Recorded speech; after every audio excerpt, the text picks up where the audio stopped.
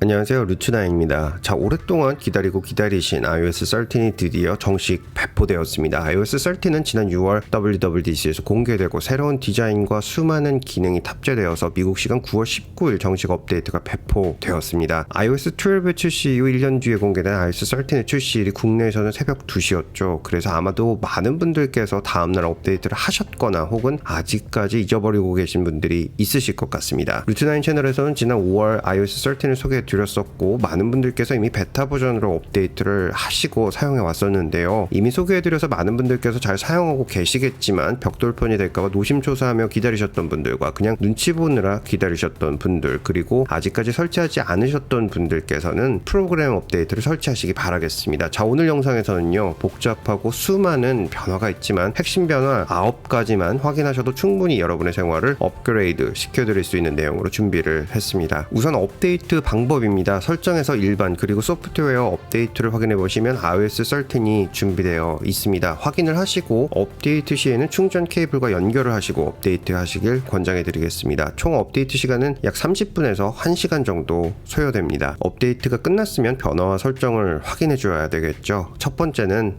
다크모드입니다. 다크모드 그래서 그게 뭔가 궁금하시죠? 다크모드는 운영체제에서 흰색 배경 대신에 검은색 또는 어두운 색 배경을 지원해주는 것을 말하는데요. 다크모드의 장점 2가지만 말씀드려보면, 첫 번째, 배터리 사용시간이 증가합니다. 특히 OLED 스크린에서는 픽셀을 독립적으로 끌 수 있기 때문에 배터리가 확연히 절약됩니다. 두 번째는 눈의 피로도가 현저히 줄어듭니다. 픽셀을 끄기 때문에 플리커로 인한 눈의 피로도가 줄어들고 강한 밝기의 불빛을 줄일 수 있어서 눈의 피로도가 현저히 줄어듭니다. 그래서 많은 분들이 다크모드를 선호하시는데요. 다크모드를 설정하는 방법은 크게 2가지 방법이 있습니다. 첫 번째는 화면 오른쪽 상단을 드래그 다운 해주면 나타나는 제어 센터에서 밝기 조정 토글을 눌러줍니다. 그러면 밝기 조정과 함께 다크모드, 나이트 시프트, 트루톤 3가지 모드를 조정할 수 있게 되었는데요. 가장 왼쪽에 있는 다크모드 토글 스위치를 켜서 바로 사용할 수 있습니다. 두 번째는 설정에 가셔서 디스플레이 및 밝기 조절 탭을 눌러주시면 라이트 모드와 다크 모드가 있습니다. 여기에서 원하시는 모드를 선택해 주셔도 괜찮지만 제가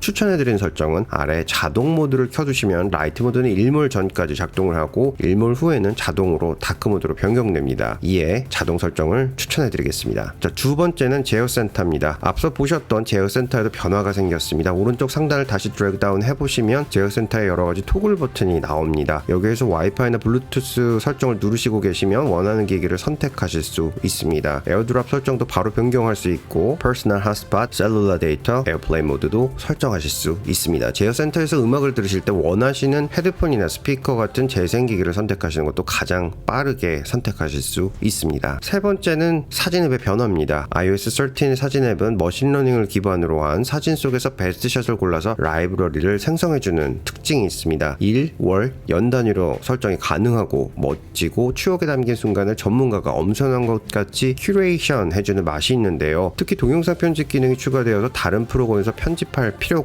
없어졌습니다. 또한 아이폰 사진은 기본적으로 위치 정보를 포함하는 메타데이터가 포함될 수 있었는데요. 블로그 같은 곳에 아이폰으로 올린 사진은 제3자도 사진을 확인하면서 이런 정보를 수집할 수 있었습니다. 이에 아이폰 사진 공유에서는 모든 정보가 들어간 메타데이터를 담을 것인지 위치 정보만 담을 것인지 설정을 어떻게 할지에 관한 옵션이 생겼습니다. 또 사진이나 영상의 선택에서 아이클라우드 링크로 보낼 수도 있는 옵션이 생겼습니다. 일반적으로는 자동으로 선택해 두시면 알아서 자동으로 가장 최고의 포맷으로 보내집니다. 보안에 신경을 쓰시는 분들께서는 토글 버튼을 모두 꺼주시고 사용하시면 되겠습니다. 자, 네 번째는 메모입니다. 메모 앱은 생각이나 체크리스트를 기록하고 남길 수 있어서 개인적으로 정말 많이 사용하고 있는 앱 중에 하나인데요. 지속적인 업데이트로 정말 좋아지고 있는 것 같습니다. 무엇보다 검색 기능이 강화되어서 다양한 방법으로 빠르고 쉽게 메모 내용을 검색할 수 있게 되었고, 예전에 메모해두었던 아이디어를 고정해서 활용할 수도 있고 또 보안 설정을 바로 할 수 있게 되었습니다. 제스처도 추가되어서 세 손가락을 탭하면 실행 취소가 되는 것 같은 기능이 생겼습니다. 자, 다섯 번째는 메일과 캘린더입니다. 메일의 경우에는 서체를 다양한 포맷으로 보낼 수 있는 도구가 생겼고 첨부 파일로 사진이나 문서는 더욱 편리하게 보낼 수 있는 도구가 생겼습니다. 특히 문서를 바로 스캔해서 보낼 수 있는 기능이 들어가서 따로 사진 앱이나 스캔 앱을 사용하지 않고도 문서를 바로 스캔해서 첨부할 수 있어서 시간을 절약할 수 있게 되었습니다. 캘린더의 경우에는 필요한 파일을 첨부해 둘 수 있게 되었습니다. 회의 아젠다를 정리한 파일이나 기타 거래처 계약에 필요한 사업자 등록증 사본과 같은 파일 등을 첨부해 놓으시면 유용하게 사용하실 수 있을 것 같습니다. 여섯 번째는 청력 측정 건강 앱입니다. 에어팟과 파워비츠 프로와 같은 이어폰 사용자들이 증가하면서 난청 위험이 높아짐에 따라서 청력 건강을 모니터링할 수 있는 건강 앱이 추가되었습니다. 건강 앱 내에서 확인이 가능하며 특별한 설정을 하실 필요는 없습니다. 주간, 월간, 연간 기준으로 이어폰 오디오 레벨을 기록하고 소리가 80dB 이상으로 높으면 경고가 뜹니다. 자, 경고가 뜨기 전에 사용 시간과 소리 크기를 사전에 조절하셔서 난청을 예방하시길 바라겠습니다. 일곱 번째는 미모티콘 스티커와 메시지 프로필이 강화되었습니다. iOS 12에서 공개된 미모티콘은 이제 많은 분들이 활용하고 계시죠. 미모티콘 자체 아이템도 더 늘어났지만 무엇보다 생성한 미모티콘으로 스티커를 보낼 수 있는 기능이 생겨났습니다. 이를 활용해 보시면 더욱 생동감 있고 즐거운 채팅을 하실 수 있습니다. 그리고 메시지 프로필을 사용할 수 있는 기능이 생겨서 미모지 캐릭터나 이니셜 등을 사용하실 수 있게 되었습니다. 미모티콘 스티커는 메시지에 가셔서 설정을 하실 수 있습니다. 여덟 번째는 Find My입니다. Find My는 친구 찾기 앱과 나의 아이폰 찾기가 통합된 앱입니다. 한국에서는 GPS 관련법 때문에 제대로 사용하지 못해서 조금은 아쉽지만 사용이 가능한 지역에서는 활용도가 무척 높습니다. 이번 업데이트에서는 무엇보다 등록된 기기와 지인이나 가족의 위치를 아주 빠르게 지도상에서 나타내주고 분실한 기기의 위치 정보 확인은 물론 잠금 또는 기기 내용을 리모트 삭제할 수 있습니다. 이전 버전인 Find My iPhone에서는 로그인 기능을 제공했었는데요. 애플 아이디로 통합되면서 로그인이 사라져버렸습니다. 갑자기 외부에서 아이폰을 잃어버린 경우 자기 아이폰이 어디 있는지 확인하기가 불가능합니다. 이런 경우에 인근에 있는 아이폰 사용자 누구에게나 쉽게 부탁을 해서 Find My iPhone에서 본인 계정으로 로그인을 하면 정말 손쉽고 빠르게 분실 기기를 확인하고 찾을 수 있었는데요. 13의 경우에는 본인 정보에서 하단을 보시면 Have a Friend라고 되어 있는 것을 눌러주시면 아이클라우드에 Find My iPhone으로 로그인 링크가 연결되어서 나옵니다. 여기 아이폰을 잃어버리신 분의 애플 아이디와 비밀번호를 입력하시면 손쉽게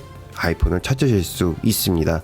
주위에 아이폰을 잃어버리신 분들을 보시면 주저하지 마시고 이 기능을 사용해서 찾을 수 있도록 도와주시면 좋을 것 같습니다. 또 아이폰을 잃어버리신 분들도 너무 당황해하지 마시고 주위에 아이폰 사용자에게 도움을 청하셔서 확인하시기 바라겠습니다. 아이폰 사용자시라면 이 기능은 반드시 숙지해 두시기 바라겠습니다. 사용 가능하신 지역에 계신 분들께서는 애플 아이디에서 사용 설정을 하시고 반드시 사용하시길 권장해 드리겠습니다. 자, 마지막 아홉 번째는 오디오 쉐어링 기능입니다. 드디어 에어팟 2대를 사용해서 한 아이폰에서 음악 감상이나 비디오 시청을 함께 시청할 수 있게 되었고 페어링된 에어팟 모두 개별 볼륨 조정이 가능해졌습니다. 설정은 제어센터 오디오 기기 설정을 눌러보시면 페어링된 에어팟이 나옵니다. 여기에서 동그라미 구역에 체크를 해주셔야 연결이 됩니다. 두 개를 모두 누르시면 페어링이 완료됩니다. 파워비츠를 포함한 비치 제품군에는 파워비치 3 와이어리스, 비치 X, 솔로 3, 스튜디오 3 와이어리스의 경우에는 iOS 13.1 버전에서 이 기능을 사용하게 될 수 있을 것으로 보입니다. iOS 13.1 버전은 9월 30일 릴리즈될 예정이었습니다. 하지만 이보다 빠른 9월 24일 아이패드 OS와 함께 릴리즈될 것으로 보입니다. iOS 13은 아이팟 터치 7세대, 아이폰 SE, 아이폰 6S부터 상위 기종까지 모두 업데이트가 가능합니다. 이외에도 앱 실행 속도를 비롯해서 전체적으로 체감하실 수 있는 속도 향상이 이루어졌으니 아직 업데이트를 하지 않으신 분들께서는 업데이트를 하셔서 보다 즐거운 아이폰 라이프를 즐기시길 바라겠습니다. 이외에도 수많은 업데이트가 있지만 우선 꼭 확인하시면 유용한 기능을 먼저 설명해 드렸습니다. 앞으로 제가 실제로 사용하고 있는 다양한 방법과 앱 등을 소개해 드릴 수 있도록 하겠습니다. 감사합니다. 보스턴에서 루트9이었습니다.